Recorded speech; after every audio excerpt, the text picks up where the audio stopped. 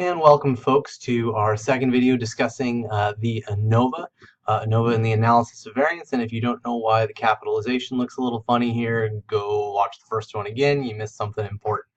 For everybody else, again, ANOVA boils down to an analysis of variance. And today we're going to be talking about what those variances are that we're going to be analyzing. Where do they come from? So a little bit more conceptual background before we dive into working with actual data. So let's talk a little bit again about the ANOVA and sort of the logic behind it. So just like our other hypothesis test, and it's hard, ANOVA is doing the same thing. It's leveraging information that we get from samples to draw conclusions about populations. The more data we have from samples, the more accurate it is, the more accurate those inferences ought to be, but there's always uncertainty there. We always know that our population might not look exactly the same as our sample. In fact, it's probably at least a little different. But the logic behind that idea of uncertainty, that you are using samples to represent or stand in for an entire population, that idea is oftentimes called sampling error. It's just inaccuracies in your sample. Sampling error is pretty much inevitable. You can do things to reduce it. You can also do things to increase it. You don't want to do those. You can do things to change it a bit, but you can never make it zero. You can never make your sample a perfect estimate of the population.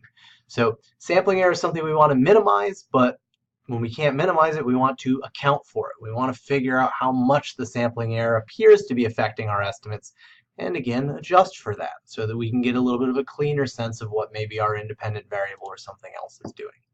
So the whole logic of the ANOVA, of analyzing variance, a little water here, is that we come up with a variance that represents the effects of things like sampling error, and we contrast that against the differences we see between our groups to try to isolate the effect of our IV or our quasi-IV. That may seem a little bit complicated, but basically it's getting a basis of comparison. How much variability or differences in scores would I expect to see due to this sampling error? Okay, I'm going to account for that. I'm going to pull it out of the equation. What's left over, and what does that tell me about what the IV is doing? So it's sort of separating what you might call a signal from a noise, cutting through all the clutter, all the things that can cause people's scores to vary that aren't related to the IV, and trying to isolate the real effect of that IV or quasi-IV. So some more about ANOVAs. We have null and alternative hypotheses just like we normally would, but here's the big difference. The null hypothesis, of course, is no longer mu1 equals mu2 because there's more than 2 mu's now. There's 3 or more. Could be 10, could be 100. You know, if it works for that many, we won't be doing that. But the null hypothesis is just that the populations all have the same mean. Now, you can represent that pretty easily by just saying, okay, instead of mu1 equals mu2, I'm going to add mu3 at the end. Mu1 equals mu2 equals mu3. They're all the same. That's fine. You can express it symbolically. Here's the problem. When you get into the research or the alternative hypothesis, you want to start to write things in English. You don't want to start to do this generically. Here's the reason why. With just 3 population means in your hypothesis, there are several different possible patterns that would make the null not true. Maybe all 3 population means are different from each other. That would make them the null untrue. Maybe population 1 is different from the other 2. That would, again, that would falsify the null. Maybe population 2 is different from 1 and 3, but 1 and 3 are the same as each other. Again, lots of different possibilities there. To correctly capture that, you would have to list every single symbolic possibility. It's a pain in the butt. You do not want to have to try to think of that. So for simplicity's sake and for accuracy's sake, we just make a generic statement. Our alternative or research hypothesis is that however many populations we're comparing, at least one of them has a different mean from the rest. So there's some kind of a difference at the population level. Because of the fact that we're making multiple comparisons at once, those ANOVAs will always be two-tailed. But before we move on, I want to pause for a minute and introduce again a problem that we're going to have to address a little later on. In our other tests, when you reject the null, you're saying, okay, I reject the null. These 2 population means seem to be different. This one seems to be higher or lower than this other one. Very definitive statements there. Notice if you reject the null in ANOVA, all you're saying is at least one population has a different mean. That's what you believe. Well, which populations? How many of them are different from each other?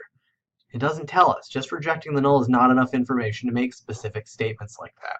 So we're going to have to account for that a little bit later on after we run our initial ANOVAs. Rejecting the null in an ANOVA is a more unsatisfying, more vague conclusion than it is in any of our other hypothesis tests. It's just saying there's something different in the populations. It's not really giving us any indication of what. So here again is at the heart of the ANOVA is an analysis of variance. So as we mentioned in our t-tests, when you're comparing two means, that difference might be significant, might not. The sort of standard we use is we divide it by standard error. So we represent it in terms of how many standard errors apart those two means are, and we compare that to an established threshold. With the ANOVA, we're taking into account the variability between means, but we don't directly use the means together. Here's the reason why. With something like a two-sample t-test, you can just do mu1 minus mu2. What's the difference between them? They're 4 points apart. Okay. If you have three different means, just make up three different numbers for, the mean of the first, second, and third groups.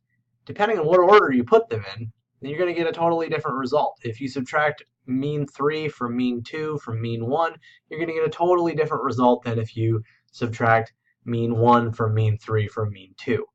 So how you order those means, again, you can no longer just subtract them from each other and get the right answer there. It becomes incoherent. Because again, it depends heavily on what order you put those scores in. So instead of directly using those means in our formula, instead of our numerator being the difference between two means, two sample means or one sample mean and a population mean, we now again focus on calculating variance and estimating different forms of variance. So here's the question that we're asking, basically at the heart of an ANOVA. Does the variation between our groups, between our different conditions, do they vary from each other to a greater degree than scores within the group vary? So do our conditions differ from one another to a greater degree than people in the same condition, how much they vary from one another? The logic behind that is people in the same condition, they're exposed to the same level of the IV. You know that the IV isn't causing any of those differences between those individuals because they're all experiencing the same level of it. So that can't be the factor.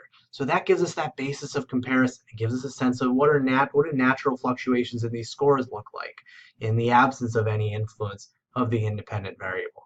So comparing that within groups variance is a really important way of giving us that basis of comparison.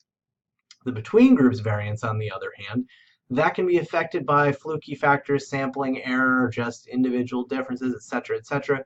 But that's also where any impact that our IV has is going to show up. It's going to cause differences between the groups. It's not going to cause people in the same condition to differ from each other because they aren't differing on that IV. It is going to cause differences between those different groups. We'll talk more about that in the next video.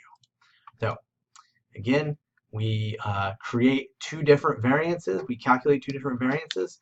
The first is what's called between group, and that's where we're comparing the different groups in our analysis. Let's say I randomly assign people to drink a high, medium, or low caffeine drink, and then I'm measuring, say, their stress levels or whatever, their alertness levels. Between group variability would be differences between each of those three groups overall. So what's the difference between the average score in these three conditions? Within group variability, again, compares people at the same level in the same group. So I would compare people that had the high caffeine drink to each other on that DV. They all got the same caffeine drink, so I know that caffeine isn't causing those differences. There's other factors doing it. Then I would compare people in the medium caffeine group to each other and in the low caffeine group to each other. So here's kind of a visual of what that looks like. Let's say these dots represent scores on our different groups. So these are individual people in our low, medium, and high caffeine groups. If we're talking about variability between groups, we again are comparing those groups overall to each other. We're saying how much do low caffeine people as a group vary from high caffeine people as a group? And then low and medium caffeine people, how much do they vary from each other? And then medium and high caffeine people, how much do they vary from each other? And again, we're lumping those all together into this measure called the between groups variance. It's not as complicated as it might look from the number of things you're factoring in there, but that's basically what we're doing. How much do these groups vary from one another? And then within groups variability, we're comparing the people in the same groups to each other. So people that all had the same low caffeine drink, how much do their alertness scores tend to differ? Same for the medium, same for high. Again, we know that those differences are not influenced by the IV because the people are experiencing the same level of that IV. So what does it all translate to? How does it all work out? We are going to tie things together in our next video, the sources of variability and the F ratio. We're going to calculate our test statistic and talk about the logic behind it and set things up for our hypothesis test. See you there.